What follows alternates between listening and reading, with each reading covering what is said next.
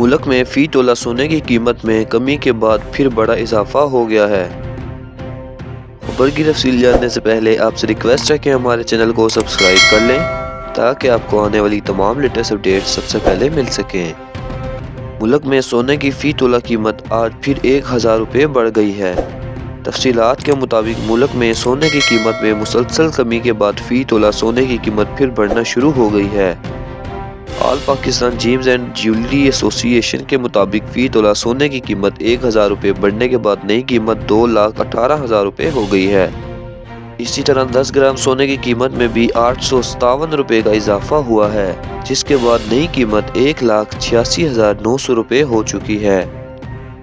یاد رہے، عالمی مارکیٹ میں سونے کی قیمتوں میں اتار چڑھاؤ کا سلسلہ جاری ہے۔